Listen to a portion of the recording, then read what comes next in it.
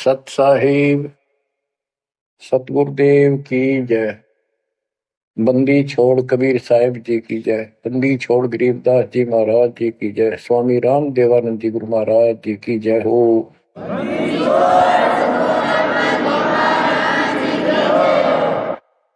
सर्व संतों की जय, सर्व भक्तों की जय, धर्मी पुरुषों की जय।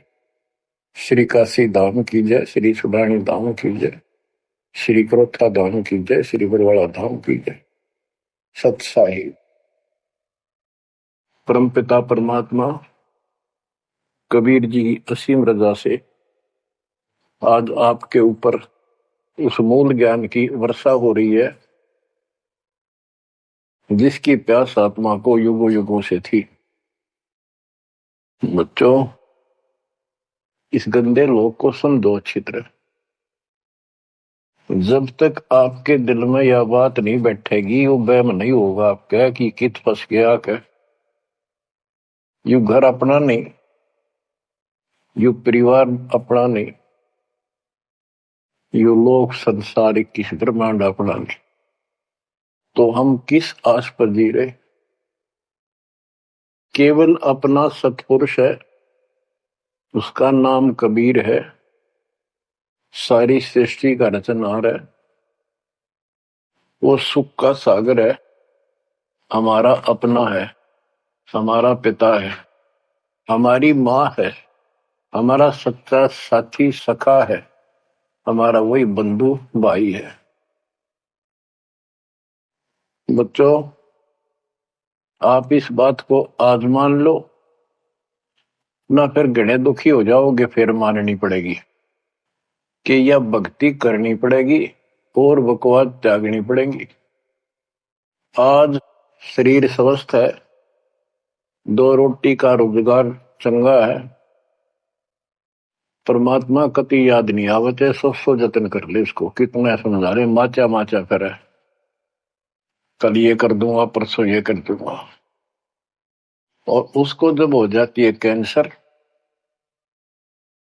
उसकी शकल देखे उस अफलातून की, गिनती के दिन शेष दिखाई देते उसको। इसलिए परमात्मा कबीर जी हमें याद दिलाते हैं, कबीर दुख में सुमन सब करे, सुख में करे न कोई। जय सुख में सुमन करे तो दुख काहे को होए। कबीर सुख में सुमरण किया नहीं, दुख में करते याद।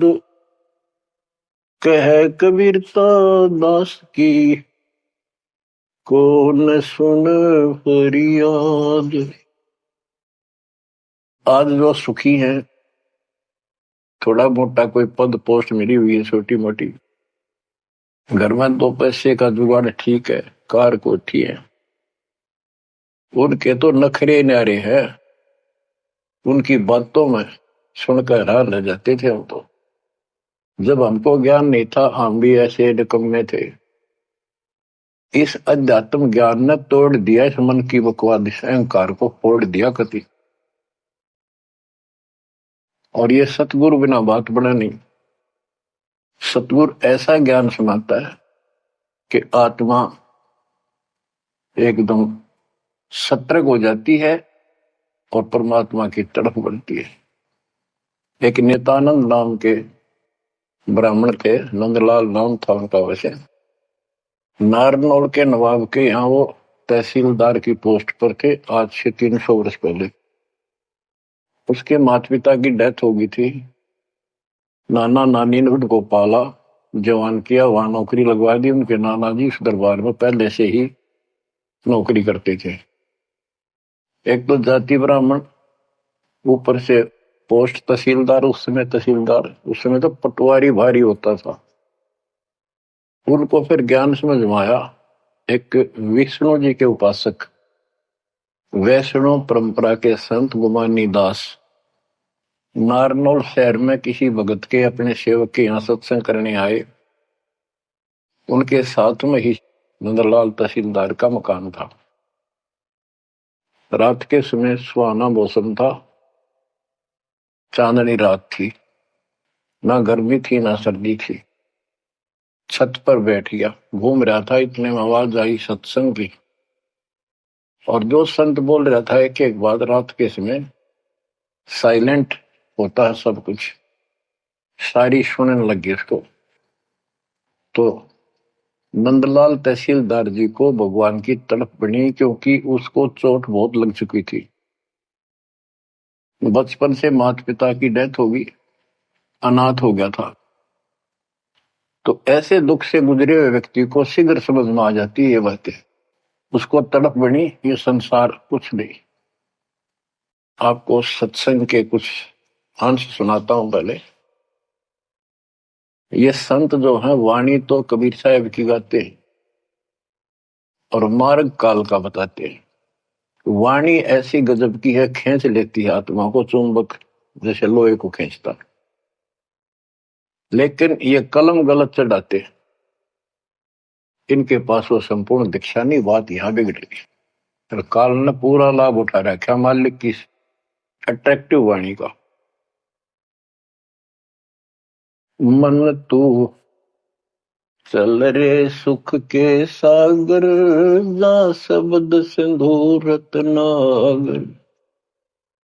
कोटि जन्म तन भर मत होगे, कुछ नहीं हाथ लगा रे। कुकर शुकर खर बया गोरे, कौआ हंस बुगारे। मन तू चल रे सुख के सागर, जा शब्द सिंधु रत्नागर। कोटि जन्म तू राजा की ना, मिटी न मन की आशा। भिक्षुक होकर दर दर आंडा, फिर मिला न निर्गुण रसा। मन तू चल रे सुख के सागर, जा शब्द सिंधु रत्नागर। इंद्र कुबेर ईश की पदवी, ब्रह्मावण धर्म राया। विष्णुनाथ के पुर को जाके, फिर भी उल्टा आया। मन तू चल रे सुख के सागर, जा शब्द सिंधु रत्नागर। असंख्य जन्म तन मरत्या होगे, जीवित क्यों न मरे रे। असंख्य जन्म तो है मरत्या होगे, जीवित क्यों न मरे रे। द्वादश धर्म दे मैल मठ बोरे, बहुर न दे धर रे। मन तू चल रे सुख के सागर, जा शब्द सिंधु रत्नागर। दोजक भिष्ट सभी तह देखे, राजपाट के रसिया। तीन लोक से तरपति नाही, यो मन भोगी खसिया। मन तू चल रे सुख के सागर, जा शब्द सिंधु रत्नागर। सतगुरु मिले तो इच्छा मिटे, पद मिल पदे समान। सतगुरु मिले तो इच्छा मिटे, पद मिल पदे समान। चल हंसा उस लोक पठाऊं, जो आदि अमर अस्थाना। मन तू चल रे सुख के सागर, जा शब्द सिंधु रत्नागर। चार मुक्ति जा चंपी करती, माया हो रही दासी। चार मुक्ति जा चंपी करती, माया हो रही दासी। दास गरीब अभय पद पर से, मिले राम अविनाशी। मन तू चल रे सुख के सागर, जा शब्द सिंधु रत्नागर। सत्संग में बताया गया कि कोटि जन्म तन भ्रमित हो गए जन्मते मृत्यु को, और कुछ नहीं हाथ लगा रे कुकर कुत्ता शुक्र शुअर खरगदा कौवा और बुगला, ये सभी यानी 84 लाख प्रकार के प्राणियों की योनियां शरीर में तुमने दुख उठाए। इस संसार में सुख नाम की चीज जीव को नहीं है। कोट जन्म तन भ्रमित हो गए कुछ नहीं हाथ लगा रे। आज सेठ है, सारा कुछ धन है, कार कोठी है, और समय आ गया जान का। सेकंड भी ना लागने दे, एक सेकंड तुरंत उठाकर यम के दूध पटक देंगे धर्मराज के आगे। अब के हाथ लग गया, सारा जीवन खो दिया, कति कर्म बिगाड़ लिए, और आगे पल्ला झाड़ के जा खड़ा नरबाग। ये सपना टूटते सारी बात समझ में आ जाती, सारा सोपन था यो। ना कोई बेटा अपना था, ना कोई बेटी अपनी थी, ना या कार ना कोठी अपनी थी। अपना जो काम था वो तो स्टार्ट भी ना किया मूर्खा। बच्चों वहां बहुत बार रो लिया हम जाकर। जब भी मनुष्य जीवन मिला हम वायदा करके आते थे भगवान से, हे परमात्मा इनका दया कर दो, मनुष्य जीवन की कभी गलती नहीं करूंगा, करेंगे करूंगी, भक्ति करेंगे, मालिक को याद रखेंगे, रोटी के लिए काम भी करेंगे, तेरी भूल नहीं होगी दाता, कति कसम खाते। वचन भर के कान पकड़ के नाक रगड़काते वहां से प्राणी। और यहां ते ये काल इनको ऐसा अचेत कर देता है, नए सिरे से सिखाना पड़ता, ये बेटा या चाचा यू काका ताऊ तेरा ताई मौसी, ये गिलास यू चमचा या थाली या गिलास यू कटोरा, ये शुरू तो पढ़ानी पड़ती है, कति सारा बुला देता है। इतना जुल्म कर रखा हमारे साथ। इस अज्ञान को आके सतगुरु कबीर भगवान सतगुरु रूप में आते हैं, वो इस अंधेरे को अपने वचनों के माध्यम से हटाते हैं। अब बच्चों मन ने की कर ले 2 दिन का मेहमान, मन ने की कर ले। परमात्मा हमारे सामने खड़े होकर रोया करते हमने, किसी तरह तो समझ लो तुम। ये शब्द इसलिए सुना करते कि इस आवाज प्यारी आवाज दाता की खींच ले पशु पक्षियों को भी, और इस वाणी में कसक। तो बच्चों परमात्मा कहीं भी खड़े हो जाते थे किसी गांव नगर में जाके, और उनको वाणी सुनाते थे, क्योंकि हम कान का विषय भी हमारे अंदर है विकार। तो मीठी वाणी सुनकर तकरीबन लोग इधर उधर से खिसक के आस पास बैठ जाते आकर, जैसे कोई जाकर कोई तुबली बनाने लग जाए ऐसे डुगडुगी, वहां भी लोग इकट्ठे हो जाते हैं। फिर परमात्मा उनको समझाते थे, इस काल के जाल में फंसे इस नकली सुख को सुख मानकर अंधे हुए बैठे प्राणियों को कहां से संघर्ष करने लगते, क्योंकि ये अपने पिता है और ये रह नहीं सकते हमारे को राह बताए बिना। तो क्या सुनाते थे, कहां से आया कहां जाएगा, तन छूटे तब कहां समाएगा। कहां से आया कहां जाएगा, तन छूटे तब कहां समाएगा। आखिर तुझको कौन कहेगा, गुरु बिन आत्म ज्ञान, मन ने की कर ले 2 दिन का मेहमान। बच्चों परमात्मा याद दिला रहे हैं कि तुम्हें सतगुरु के बिना गुरु के बिना ये आत्म ज्ञान कौन कराएगा। आत्म ज्ञान क्या है, तू कौन है, कहां से तू आया, किस लिए जन्म और मर रहे हो, इसका समाधान क्या है, ये है आत्मज्ञान। आत्मज्ञान तो सारे गुरु बताते हैं नकली सकली सब। भाई भक्ति नहीं करोगे पशु पक्षी बन जाओगे, मनुष्य जीवन बड़ी मुश्किल से मिलता है। ये सारा कुछ परमात्मा का बताया ज्ञान बताकर आखिर में काल के खुट्टे बांध देते हैं। ये उपासना करो जो शास्त्र विरुद्ध है। बात यहां बिगड़ी पड़ी थी। तो बच्चों फिर कहते यू तो आत्मज्ञान होगा। कबीर सतगुरु बताता आत्मज्ञान, तुम सतलोक में रहते थे, वहां किसी चीज का कष्ट नहीं था, कोई दुख नहीं, कोई रोग नहीं, कोई शोक नहीं, कोई जन्म नहीं, कोई मृत्यु नहीं, सदा सुखी। यही सृष्टि ऐसी जो कि एज इट इज है।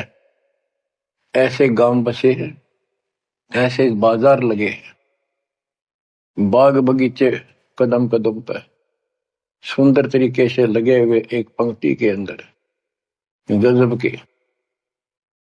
और उसको छोड़ के तुम इस काल के जाल में फंस गए। अब ये तुम्हें मूर्ख बनाए बैठा है, उस घर की कति खबर मिटा दी, नाम और निशान खत्म कर दिया। आत्मज्ञान ये है, तुम या कष्ट उठा रहे हो जन्म मृत्यु के, इसका समाधान है पूरा सतगुरु हो, उससे दीक्षा लो, डट कर भक्ति करो, मर्यादा का पालन करो। ये तो है आत्मज्ञान। परमात्म ज्ञान क्या है, परमात्मा कौन है, ये श्री कृष्ण जी को भगवान बताओ, विष्णु और शंकर को भगवान बताओ। इनका परमात्म ज्ञान खाक है, परमात्म ज्ञान है नहीं, आत्म ज्ञान ने के चाटांगे। फिर गरीबदास जी कहते कूप की छाया कूप के माई, ऐसा आत्म ज्ञाना, या से परे परम पद वहां का भेद न जाना। आत्म ज्ञान तो ऐसा है जैसे कुएं की छा कुएं तक है, बाहर उसका कोई यूज नहीं। इसका मतलब है कि जिस ज्ञान पर ये आत्म ज्ञान बताते हैं परमात्म ज्ञान है नहीं, वो तो इस काल के कुएं में अंदर ही गिरे रहेंगे, यही कष्ट उठाएंगे। ये साधना गलत बताते हैं, उनकी पोल खोल रखी है वैद्य के अंग में, जैसे काला पुष्मा। बच्चों फिर बताया जाता है कि कोट जन्म तन भ्रमत होगी, परमात्मा जगह जगह खड़े होकर रोया करते थे हमारे लिए, और कुछ आकर्षित भी होते थे। कोयल के बच्चे तो लाग ही जाते हैं, वो डटते ही नहीं, उनको तुरंत प्रभाव हो जाता है, सचमुच भक्ति करनी चाहिए। इस प्रकार मान लेके 64 लाख से हो गए थे 700 साल पहले। इस ज्ञान को तो सिर्फ इतना सुनते थे कि सचमुच जो कह रहे बात सच्ची है, मर जावांगे। ये वाणी ऐसी सीधी फोड़ देती आत्मा के मैल को, फिर सुख होने शुरू हो जाते थे दाता का नाम लेते ही। इसलिए चिपकते चले गए।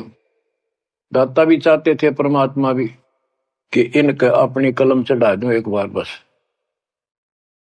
इन पार तो होना नहीं। कलम चढ़ा गए दाता उस समय 64 लाख का। वो 64 लाख कुछ भक्ति करी उन्होंने, बहुत अच्छी, परमात्मा काफी संग रहे।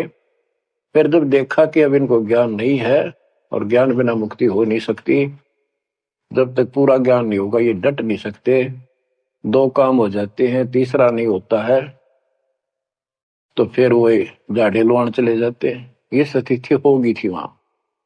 तो एक झटका दिया था, परीक्षा ली थी, सारे विमुख हो गए। जब परमात्मा ने हाथी पर बैठकर गंगा जल बोतल में भरकर, जैसे शराबी शराब पिया कर, एक वैश्या, प्रसिद्ध वैश्या जो परमात्मा की शिष्या हो चुकी थी और अपने धर्म कर्म को ठीक कर रही थी, लेकिन उस समय भी उसको वैश्या की फीत ही थी समाज की दृष्टि से। उस लड़की को हाथी पे बैठा के उसके कंधे पर हाथ धरकर भगवान, और वो पानी गंगा जल पी रहे थे, उस हाथी को बाजार के बीचों बीच घुमा दिया। जो भी देखा वो एक, देख लो भाई जो लाहा बड़ी बड़ी बात बनाया करता कबीर, शराब पीवे और वैश्या को साथ लेकर घूम रहा है। उनके शिष्यों को लाओ, बुला बुला के देखो, हम तो पहले कहा करते पाखंडी आदमी है, अपनी आंखों देख लो, सरियाम वैश्यावृत्ति करता घूम रहा, शराबी कवाबी है ये। जो भी देखे वही कहते मैं तो कभी कभी जाया करता, मन तो जाना ही छोड़ रखा है। मैं तो उसके साथ चला गया था एक बार, ऐसे 64 लाख भगवान से विमुख हो गए। सतगुरु भी चाहते थे ये बोझ सिर तो पड़े, अब ये समझ नहीं पा रहे। गरीब बड़ुआ बड़ुआ सबक है, कोई न जाने खोजे, दास गरीब कबीर करम, बाटत सिर का बोझ। कि उस लीला को कोई नहीं समझ रहा था, वो तो अपने सर का बोझ, ये पूरी आस्था थी नहीं उन शिष्यों की, इसलिए इनको पटक रहे हैं, ठाक सर पर अपना बोझ हल्का कर रहे हैं। बच्चों, गुरुद्रोही नहीं बने तुम उस समय, सतगुरु विमुख हो गए। तो कबीर साहब कहते हैं, सतगुरु विमुखा युग युग रोवे, मानुष जन्म पाके खो। सतगुरु संगत छोड़ के लाख वर्ष जबकीन, इंद्री कर्मला मोक्ष हो रह काल के आदि। इसके लिए बहुत से प्रमाण आपको दिए गए हैं। जैसे राबिया सतगुरु विमुख हुई थी, गुरुद्रोही नहीं हुई थी वो। 4 साल दाता ने कितनी मेहनत करके उस बेटी के लिए, फातिमा के लिए, उनकी भेड़ बकरियां के बीच में बैठ के उस बदबू में उस प्यारी आत्मा जो दलदल में फंसी पड़ी थी, राबिया को ज्ञान सुनाया, बेटी अल्लाह खुदा की भक्ति करनी चाहिए, यह जीवन थोड़ा ही है, इसमें कभी भी मृत्यु हो जाएगी, फिर पता नहीं कहां जन्म होगा। कई दिन लगातार ये बात करते करते लड़की कहती थी कि महाराज हम इबादत करते हैं, नमाज करते हैं, सारा कुछ करते हैं। उसका सारा अंधेरा हटाया, लड़की का समझ में आ गई, सृष्टि रचना बताई। 4 साल भक्ति करी और कोई साथी था नहीं, दूसरा भक्त भाई बहन इस मार्ग के बताने वाला।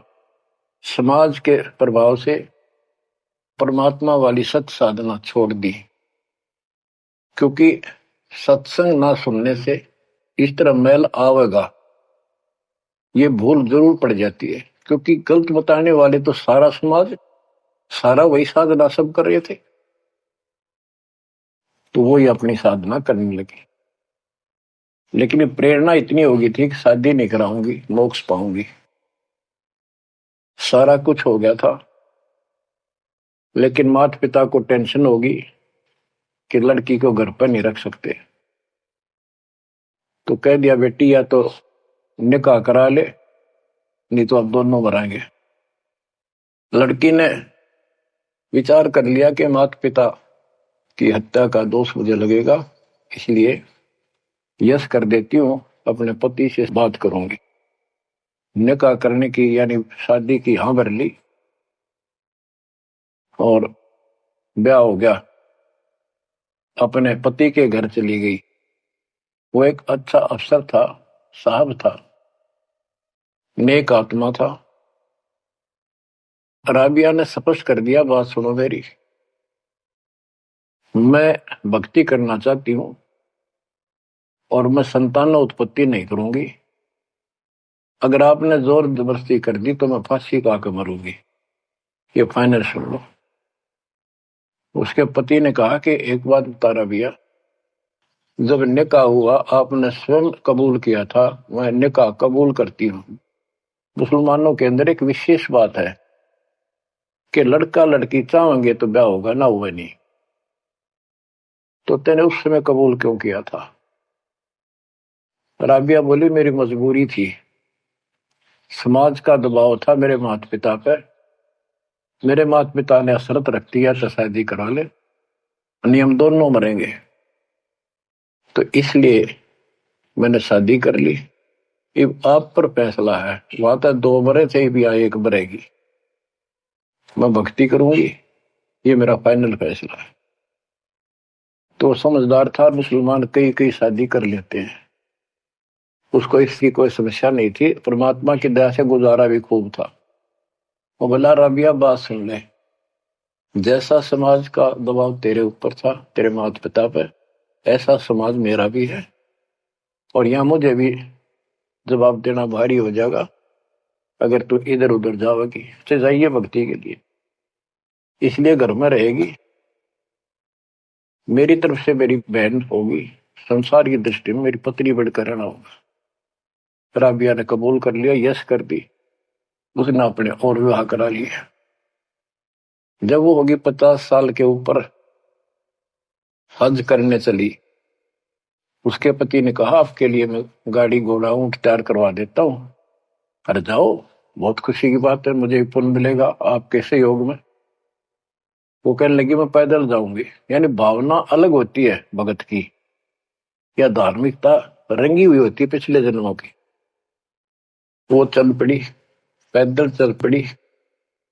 रेगिस्तान ज्यादा होते थे उस टाइम, सभी जगह सूखे पड़ते थे। मक्का में चली, मक्का के राह पे काफी सफर तय करने के बाद एक कुआं आया। उस कुएं पे ना बाल्टी थी ना कोई रस्सी थी, वो लगता था उसमें गिर गई थी। उधर एक कुतिया बहुत प्यासी थी, प्राण जानने हो रहे थे उसके। राबिया को समझते देर नहीं लगी, वह कभी राबिया के पैरा में आवे, कभी कुएं की तरफ जावे। बहुत बुरा हाल था उसका। उसके छोटे छोटे बच्चे भी थोड़ी सी दूरी पर विलख रहे थे। उस पुण्यात्मा ने धार्मिकता भर दी थी दाता ने। उसने अपने सिर के बाल पाड़े, उसकी रस्सी बांटी, 5-5 4-4 बाल लेकर, और लंबी रस्सी गांठ डाला का बना के अपने कपड़े उतार के उस रस्सी के कपड़े बांध गए। पहले मोटे मोटे कपड़े होते थे सूत के, और वो बहुत पानी सोख लेते थे। कुएं में बाल्टी की तरह डाले, बाहर लाकर उनको नचोड़ा। एक मटके का केकरा सा पड़ा था, टुकड़ा फुटा हुआ, उसमें पानी भरती गई, कुटिया पी गई 2 किलो पक्का पानी, और पी कर चली गई। अब उसने अपने कपड़ों से, गिल्ले कपड़ों से सिर का ब्लड साफ किया, और झाड़ जोड़ के, कपड़े गर्मी के दिन थे, ठीक सा मौसम था, वो कपड़े निचोड़ कर पहन लिए और सफर पर चलने को तैयार हुई। इतने में वो मक्का मकान उठ के, वो महल मंदिर, वो कब्बा उठ के और कुएं के साथ आकर लग गया, जैसे प्लेटफार्म पर ट्रेन आकर लगती है। राबिया के लिए आश्चर्य का ठिकाना नहीं कि मक्का ही आ गया, मैं तो मक्का ही जाना था, पटदे चढ़ गई। उसके अंदर बड़ी चढ़ते उठ लिया, उड़ के चल पड़ा। उधर से अब्राहिम सुल्तान आदम पहले किसी और जन्म में था। जैसे परमात्मा गरीबदास जी कहते हैं, वाहन गुरुड़ कृष्ण असवारा, लक्ष्मी डोरे चोर पारा, असुर निकंद मेड़ी में। अब गरीबदास जी को कृष्ण विष्णु दिखाई देता, और कृष्ण को ज्यादा लोग मानते हैं। इसी प्रकार उस समय जो अब वर्तमान में वाणी बोली गई, अब्राहिम सुल्तान को अधिक जानते हैं, इसलिए सुल्तान आदम का जिक्र किया, जबकि पहले ये किसी और शरीर में था, राबिया के समकालीन था। सब कहने लगे, भाई मक्का कहाँ गया, मक्का कहाँ गया, मंदिर कहाँ गया। अब्राहिम सुल्तान भी वहां जाता रहता था, मुसलमान भाइयों को समझाना चाहता था, गुरुदेव के आदेश से अपनी सच्ची राह बताया करता, क्योंकि वहां धार्मिक लोग ही जाते हैं। वहां चर्चा चली कि मक्का कहाँ गया, मक्का कहाँ गया। सबको आश्चर्य हुआ। अब्राहिम सुल्तान जो पहले शरीर किसी और शरीर में था, गरीबदास जी की वाणी में है कि सुल्तान अदम मक्के गया, मक्का नहीं मकान गया, एक रांड को लेने को, नो कहे अदम सुल्तान। अब्राहिम सुल्तान अदम कहता है कि नकमी औरत को लेने गया, वो पहले सतगुरु शरण में आई थी, वो साधना छोड़ के अब ये वही डले ढोरी है। उपस्थित मुसलमानों को उसकी बात अच्छी नहीं लगी, दुख भी हुआ, लेकिन मुसलमान था इसलिए आगे बात बढ़ी नहीं। इतने में मक्का आके वहां यथा स्थान पर स्थापित हो जाता है। लोगों ने देखा उसमें एक लड़की, एक औरत है, एक बहन है। नाम पता करा तो पता चला ये ऐसे ऐसे इसका राबी नाम है। सारे मुसलमान समाज में ये हो गया भाई भक्ति हो तो रबी जैसी, अल्लाह को खुश कर लिया, इसको तो जन्नत मिले ही मिलेगी। अगला जन्म उसका एक बांसुरी नाम की लड़की का हुआ। परमात्मा जो उसको चार्ज कर गए थे, वो परमात्मा की चाह उसके अंदर फिर भी तड़प रही थी। उसने ब्याह उस समय भी नहीं कराया और अपना शब्द गाती रही, परमात्मा अल्लाह की महिमा सुनाने लगी। और बंसुरी रूप में भी 50 साल से ऊपर होगी, हज करने गई। तो उसको ये ज्ञान हो गया था, क्यों परमात्मा की धार्मिक बातें डेली गाती और सुनती थी, कि जो मक्का में मरता है उसको सीधी जन्नत मिलती है, स्वर्ग, बहिश्त। तो उसने सोचा ये शरीर तो एक दिन जाएगा, और कहते मक्का में मृत्यु होगी तो जन्नत मिलेगी, जन्नत के लिए सब कुछ किया जा रहा है। उसने वही गर्दन काट दी अपने हाथ तो तलवार मार के। सब कहने हो गया भाई बांसुरी तो गई स्वर्ग में, बांसुरी ने कुर्बानी दे दी और जन्नत में गई। अगला जन्म उस फातिमा का कर्महीन का वैश्या का बना। 2 जन्म कति ब्रह्मचर्य के पालन कर लिए, आखिर में सारी कसर काट दी काल ने। परमात्मा कहते काल के षड्यंत्र को तुम तक ये समझोगे, ब्रह्मा विष्णु महेश अभी तक नहीं समझ पाए। फिर दया करी दाता ने, वो गंदा नरक भोग के वह फिर मरी। एक शेख तकी नाम का सिकंदर लोधी राजा का धार्मिक गुरु था, और ये भी कहते वो उनका एक प्रधानमंत्री भी था। जो भी उसके घर जन्म हुआ, उसका 12-13 वर्ष की होकर वह मर गई, कब्र में दबा दिया गया। एक दिन परमात्मा ने ऐसी लीला करी, क्योंकि सोचल छिद्र मैं करूं अपने जन के काम तो उनका था सारा उस बेटी के लिए। शेख तकी ने जब सारे हथकंडे अपना लिए, कबीर साहब आयरा नहीं, मुर्दे जिंदे कर दिए। उसने कहा वो तो सदमे में था, कमाल, रामानंद जादू जंत्र ते जिंदा कर दिया। जब जानो मेरी बेटी कब्र में दब रही है, उसको जिंदा कर दे। कई दिन हो गए, 15-16 दिन हो गए। परमात्मा ने कहा ठीक है भाई, सब इकट्ठे कर लो, मुनादी करा दी, उसने खुद करा दी, कहा जिसकी पोल खुलेगी। परमात्मा ने समय बता दिया, उस दिन करूंगा जिंदा। हजारों आदमी सिकंदर लोधी शेख तकी कब्र पड़वा दी, वहां इकट्ठे हुए, कब्र पड़वा दी, लड़की का शरीर था। तो परमात्मा ने कहा शेख तकी तू कोशिश कर ले, कदे 5-6 नंबर बनाओ है, और कहे या सदमे में थी।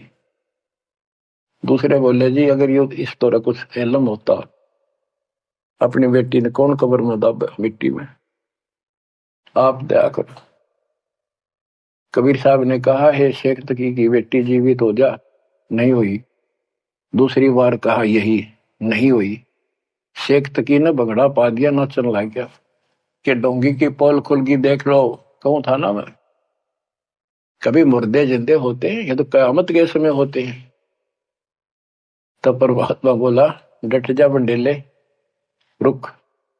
तब कहा हे कबीर की बेटी, आत्मा जहां भी है वापस आ, शरीर में प्रवेश कर बेटी, और 12 इतना ही कहा था, शरीर में कंपन हुई, लड़की उठी, मालिक के चरणों में आके दंडोत प्रणाम किया, और खड़ी होकर 1.5 घंटे अपने पिछले कर्म, वो पाप बकवाद गलती सारी दोहरा दी, और अपने भगवान के साथ चली गई।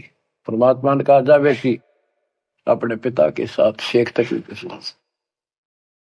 लड़की बोली मेरा बाप आप हो। इनका तो इतना संस्कार था, इन दाब दी माटी में।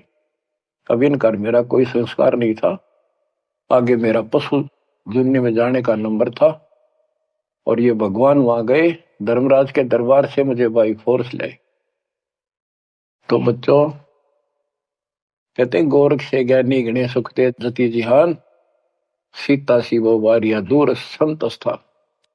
ये बड़े बड़े लतीफेदार भाषण करते हैं, सत्संग सुनाते हैं। कहते हैं बीजक की बात कह बीजक नहीं हाथ, पृथ्वी डोबड़ उतर रही है कह मीठी बात। बच्चों प्रसंग चल रहा था सत्संग का, सतगुरु विमुखा योगी गुरु है। तो इसी प्रकार हम सतगुरु विमुखा हुए जब आज तक रो रहे हैं। हमारे वो कुछ भक्ति करा कर चार्ज कर गए थे, जिस कारण से अपने को मनुष्य जीवन मिलते हुए आ रहे हैं और भक्ति की चाह भी है। यह गलती फिर न दोहराई। अब नित्यानंद का जो प्रसंग था उस पर आता हूं। और सत्संग चला के कोट जन्म तन भ्रमत हो गए, कुछ नहीं हाथ लगा रे, कुकर शुकर खरब्याब हो रहे, कौ वाहन सुगा रे, कोटि जन्म राजा की ना। महावीर जैन जैन धर्म के 24वें तीर्थंकर राजा बने, महाराजा बने, स्वर्ग में देव बने, फिर कुत्ते गधे शूर बने। खाक है फिर के चाटव देव पद नजर गदाय बन गया। आखिर इंद्र कुबेर इसकी पदवी, ही ब्रह्मा विष्णु महेश के पद पा चुके आप, इंद्र तक की पदवी पाई है और फिर यहीं भटक रहे हैं। दो जग भीष्ट सभी ते देखे, स्वर्ग नरक सभी धक्के खा चुके, भटक चुके हो राजपाट के रसिया। तीन लोक से संतुष्टि नहीं है, ये मनभोगी खसिया। कोई एमएलए बन जाए, सरपंच बने, मन में आता चेयरमैन बनूं, चेयरमैन भी बन जाता है, वे एमएलए में बात बने। मर पड़ का एमएलए कभी बन जाता है, तो सोचा मंत्री बनो जब बात बने। एमएलए में कोई नहीं पूछता। मंत्री यूं सोचता है चल तो मुख्यमंत्री गया, हम तो टाइम पास कर रहे। मुख्यमंत्री बनने के बाद उसकी तड़प हो जाती है प्रधानमंत्री बनूं तो बात बने। वो बनेगा कि ना बनेगा, इतना मृत्यु हो जाएगी, फिर गधा बनेगा। बच्चों तीन लोग क्षेत्र पतना ही है मनभोगी खसिया। सतगुर मिले तो इच्छा मेटे, पद मिल पदे समाना, चल हंसा उस लोक पठाऊं जो आदि अमर स्थान। कि सतगुर मिलेगा तो इन बकवादों से मन हटाएगा और कहेगा चल हंसा उस लोक पठाऊं जहां कभी मृत्यु नहीं होती। चार मुक्ति जहां चंपी करती, माया होरी दासी। यहां चार मुक्ति प्रमुख मानी गई है और ये थोड़े से थोड़े समय की होती है। जैसे शालोक, जिस देवता की भक्ति करे उस देवता के लोक में चला जाएगा। शारूप, उस देवता का रूप जैसा बनाकर वहां रहेगा। सामीप्य, उस अपने देवता के साथ समीप रहेगा। तो इस प्रकार की चार मुक्तियां, लेकिन रहेंगे कितने दिन, उसका समय सीमित होता है।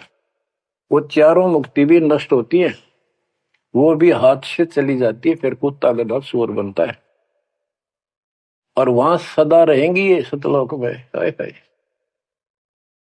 चार मुक्ति जा चंपी करती, माया हो रही दासी, दास गरीब अब पद पर से, मिले राम अविनाशी। के चार मुक्ति जा चंपी करती है, चरणों में पड़ी रहेंगी, सदा के लिए भगवान के साथ रहेंगे। और इस धन संपत्ति की वहां कमी नहीं, भरे पड़े हैं खजाने आपके। दास गरीब अब है पद पर से, वहां कभी भय नहीं किसी चीज का, मौत का भय। सबसे बड़ा डर यहां मौत का है, वो जाते खत्म होगा। दास गरीब अब है पद पर से, मिले राम अविनाशी। ब्रह्मा विष्णु महेश नासवान, ब्रह्म नासवान सरपुरुष, अक्षर पुरुष ये नासवान, देवी नासवान और देवताओं की जिक्र के करूं। गीता प्रमाण देती है दूसरे अध्याय के 12वें श्लोक में, चौथे अध्याय के 5वें श्लोक में और 9 में और 10वें के 2 में। गीता बोलने वाला इनका ब्रह्म कहता है काल कि तेरे मेरे बहुत जन्म हो चुके अर्जुन, तू नहीं जानता, मैं जानता हूं, आगे भी होंगे। मेरी उत्पत्ति हुई है, ये देवता नहीं जानते। तो बच्चों वो अविनाशी राम दूसरे अध्याय के 17वें श्लोक में कहा है, 18वें के 46 में, 18वें के 61 और 62 में और 15वें अध्याय के 17वें श्लोक में बताया। उत्तम पुरुषत्व परमात्मा इति उदारते, यह लोग तरम आविश्य वृत्ति अवेश्वर है। वो अविनाशी भगवान मिलेगा वहां पर। कबीर साहब कहते हैं यहां भी तुम, जब तुझे राजपाट भी चाहिए हमारा इधर ले ध्यान। यहां राजपाट कैसा देंगे आपको, और संसार के लोगों से ज्यादा सुविधा देंगे परमात्मा। और कहते हैं जिसके मन में परमात्मा की भक्ति है तो फिर के इंद्र का राज, उसको कभी नफरत हो जाती है उस राज से तो महाराजा बन जाता है। और यहां सुख देंगे परमात्मा, कहते हैं माया दासी भगत की संत की उभे दे आशीष, बरती और लातों छिड़ी सुमर सुमर जगदीश। कहते इतना धन दे देगा बंदी छोड़ के खाइयो खर्चियो और खूब धर्म फैलाइयो। माया दासी संत की उभय दे आशीष, दोनों तरफ से आशीर्वाद देगी। खाओ खर्चो और दान करो। और बरती और लातों छिड़ी, कबीर साहब कहते सुमर सुमर जगदीश। सुमर कौन सा जगदीश? सच्चा नाम, सच्ची भक्ति, सतपुरुष कबीर साहब की भक्ति कर करके। अब नित्यानंद ये सारा सत्संग सुन रहा था। ये क्या करते हैं, बात तो सुनाओ सतलोक के मिलती जुलती, अध्यात्म ज्ञान भक्ति विष्णु तक की। अब नंदलाल पंडित जी ऊपर से तहसीलदार, 2 मरोड़ इकट्ठी। उसने सोचा यहां जाऊंगा संत के पास तो नगरी के लोग क्या कहेंगे, ब्राह्मण और तहसीलदार या किसी के घर में आकर संत के चरणों पड़ा। काल ने तक कई रास्ते रोक रखे हैं। तो उसको पता चला कि महात्मा का डेरा है यहाँ नारनौल से 2 किलोमीटर दूरी पे। संत चले गए। अगले दिन, उस दिन तक खूब विचार किया। सुबह सुबह घोड़े पर बैठ के, जो सरकार की तरफ से मिलता था उनको, आश्रम में चला। संत जी सिर को उस तरह फिरवा रखा था और सुबह सुबह इजी मूड में घूमने के लिए उसी रास्ते आ रहे थे जिस रास्ते नंदलाल जा रहा था तहसीलदार जी। अब ये ब्राह्मण उस टाइम सारे सोन को सोन घड़ी मान्या करते। उसने सोचे देख यो मन उस बाल कटवा के आगे आ गया मेरे, और मैं कितना अनमोल काम करना चाहूं था, आज गुरु बनाना चाहूं था, अपने जीवन का सौदा करना था, यो कसोन हो गया, कुसोन अपलक्षण हो गया। तो उसने अपने मन में सोच लिया इसके टोले मार दे 2 शर्मा उंगली, यो कसोन मिट जाएगा। हम भी पहले क्या करते ना, बच्चे थे जब, के झूठ बोला पाप लगेगा, न बोला उंगली पर उंगली धर के बोली थी कोई ना लगा पाप। ये अपनी बनावटी बातें थी, उंगली पर उंगली चढ़ा ली थी इसलिए पाप ना लग गया कर।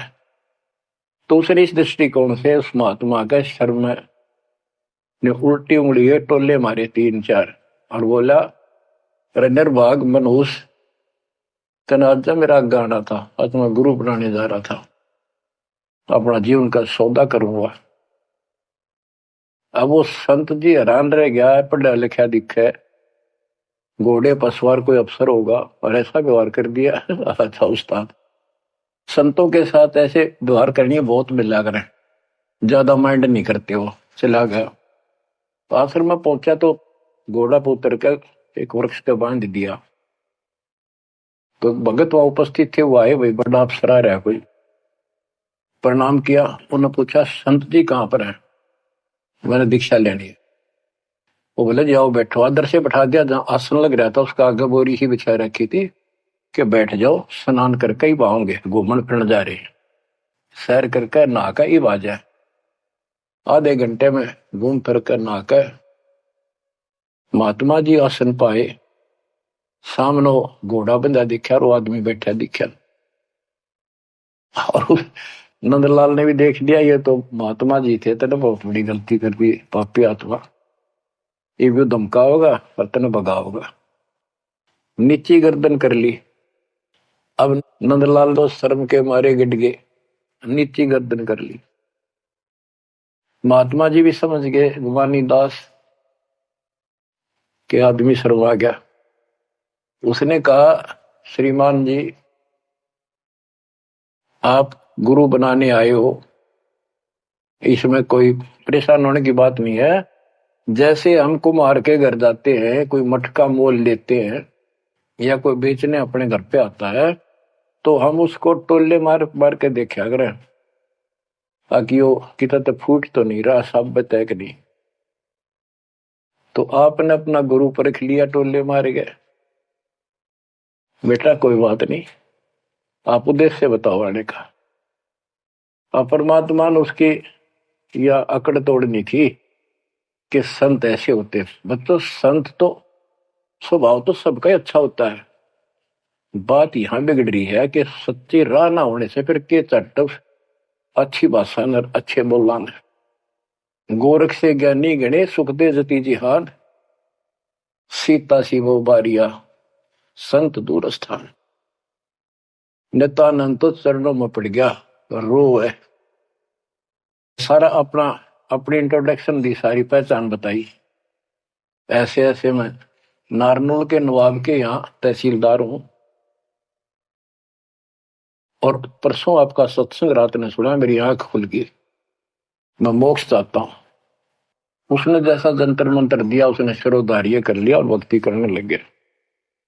इतना प्रेरित हो गया कि नौकरी भी छोड़ दी, और गुरुजी तो चले गए, वो अपना घर त्याग के उस मंत्र को साथ लेकर एकांत स्थान जंगल की खोज करने लगा। तो हरियाणा में यहाँ एक माजरा गांव है, बेगोवा है, बास है, इन 3-4 गांवों की सीमा इकट्ठी है। वहां एक तालाब बना हुआ था जोड़ी सी, उस पर काफी जंगल नमक, जंगल तो वैसे पहले बहुत होते थे सारे, उसको जटेला जोड़ बोलते। वहां आकर उसने अपना शेष जीवन बिताया।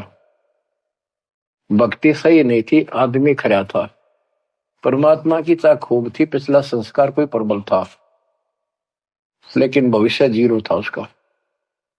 फिर भी उसने जब ज्ञान हुआ तो क्या कहा, क्या कहते, उसका नाम फिर नित्यानंद रख दिया उसके गुरु जी ने, नाम बदल दिया।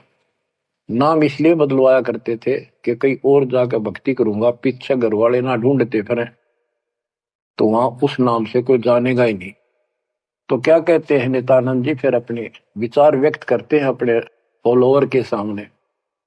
ब्राह्मण कुल में जन्म था, मैं करता बहुत मरोड़, और गुरु गुमानी दास ने दिया को बदगढ़ तोड़। जाति का अभिमान, पोस्ट का अभिमान, धन का अभिमान, और पहलवान हो जा काया का अभिमान, ये जीव का दुश्मन होता है। ब्राह्मण कुल में जन्म था, मैं करता बहुत मरोड़, बड़ा अहंकार था मेरे में। गुरु गुमानी दास ने दिया को बदगढ़ तोड़, ये कोबद का गढ़ था, एक अति तोड़ दिया। आखिर तुझको कौन कहेगा, गुरु बिन आत्म ज्ञान, मन ने की करने 2 दिन का मेहमान। बच्चों सतगुरु पूरा मिला नहीं, रही अधूरी सीख, तेली के रे बैल जो चले एक नहीं भीख। पूरा सतगुरु ना मिलने से इतनी पुण्यात्मा फिर कर्म फोड़ कर चली गई, स्वर्ग तक गई, फिर जन्म लेगी। उसने नित्यानंद किया। बच्चों ये सारा कुछ निष्कर्ष देकर दास आपको, हीरे मोती लालों को आपकी पहचान बताना चाहता हूं कि तुम क्या प्राप्त कर चुके हो, आपकी कितनी अच्छी किस्मत, कितना गुड लगा है। आंख खोल लो, मैं कोई बालक नहीं, कोई डूम बाट नहीं हूं, मैंने कोई स्वार्थ नहीं तुम्हारे से। आप मुझे अपने दिखाई देते हो, आप मुझे भगवान के बच्चे दिखाई देते हो, मुझे अपनी नौकरी खरी दिखाई देते तुम्हारे कारण। मैं अपनी ड्यूटी पूरी करूंगा, भगवान का दोषी नहीं रहूंगा। मेरी उम्र देख लो, आपके लिए भौंक रहा हूं, कुत्ता हूं परमात्मा का, गुरुदेव का। जागो थारी भला, ना जागो थारी मर्जी। आशा करता हूं जागोगे, सतभक्ति पर लागोगे, इस गंदे लोक को त्यागोगे, सतलोक में जाकर स्थान पाओ। परमात्मा आपको मोक्ष दे, सदा सुखी रखे। सत्संग।